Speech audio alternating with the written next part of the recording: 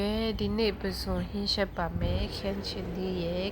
ကျက်သွန်ဖြူရဲ့ငရုတ်သီးစိမ်းရဲ့ကိုတောက်ဆင်းပါမယ်ဆုံရှိရင်တော့ဆုံးနဲ့ထောင်းတာကောင်းပါတယ်ကျက်သွန်ဖြူကိုပြီးတော့ပစုံကို marinate လုပ်ပါမယ် marinate လုပ်တဲ့ထဲမှာဆားရဲ့ဟင်းချုံမုတ်ရဲ့ oyster sauce ရဲ့ light sauce ရဲ့ကိုထည့်ပါမယ်ပြီးတော့ marinate လုပ်ပါမယ်9မိနစ်လောက်ခဏနှက်ထားတာmarinate လုပ်ပြီးနှက်ထားပြီးအဲ့ဒီဝိုင်းလေးကိုကျက်သွန်နေတော့တောက်ဆင်းပြီးပါပြီဒီကျက်ဥနှလုံးကို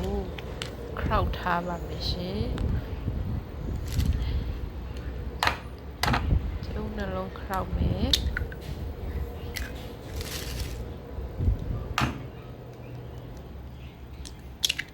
ကျက်ကဖောက်ရက်ခဲ့တယ်တော့ကဲကျက်ဥနှလုံးခောက်ထားပြီးရင်တဲဥကိုဝူပေးပါမယ်တဲဥပူလာပြီဆိုစီထဲပါမယ်အပေါ်မှာ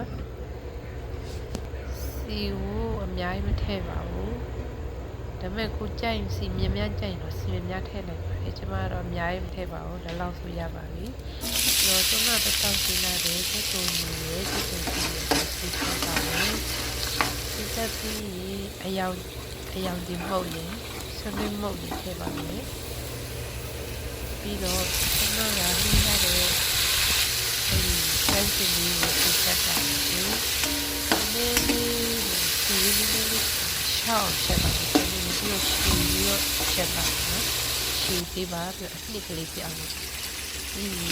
ဆောနာမယ်လေးရုပ်ထားတဲ့ချက်ကိုထည့်ပါမယ်ဒီထည့်ပါဒီလိုဒီကို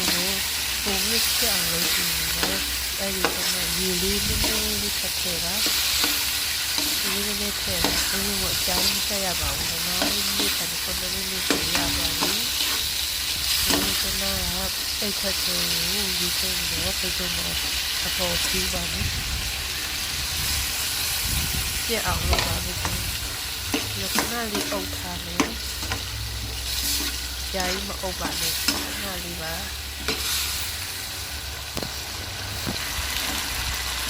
လေးပဲအုပ်ထားပါမယ်ဒီလိုပြန်လာပြီးတော့ဒီကတော့ပြီးထားတယ်ဟိုပါဒီပေါ့ဒီပုံစံကိုအပေါ်မှာပြီးပါမယ်ဒီကနေ့လေးကိုဒီလိုကိုစီတိုက်ရတဲ့အားမျိုးလေးကျွန်တော်နောက်မှစီတိုက်ရတဲ့ရပါတယ်ဒီကျွန်တော်ကထောက်ထားတဲ့ကျုံနှလုံးအပေါ်မှာပြန်ပေးပါမယ်ပေါ်မှာပြီးပါတော့ဒီပေါ်ပြီးခဏလေးပြင်လိုက်တာအကြိုင်မခါရတော့ပါဘူးဒီချက်ပြီးပါ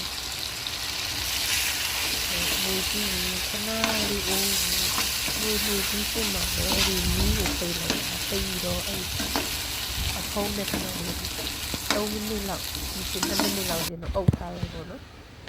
အဲ့ဆိုရသွားပြီကဲအုပ်ထားပြီးဆိုရင်ကြက်ပါပြီစင်လက်စားလို့ရတဲ့အနေထားဖြစ်ပါပြီရှင်စားစီစရာ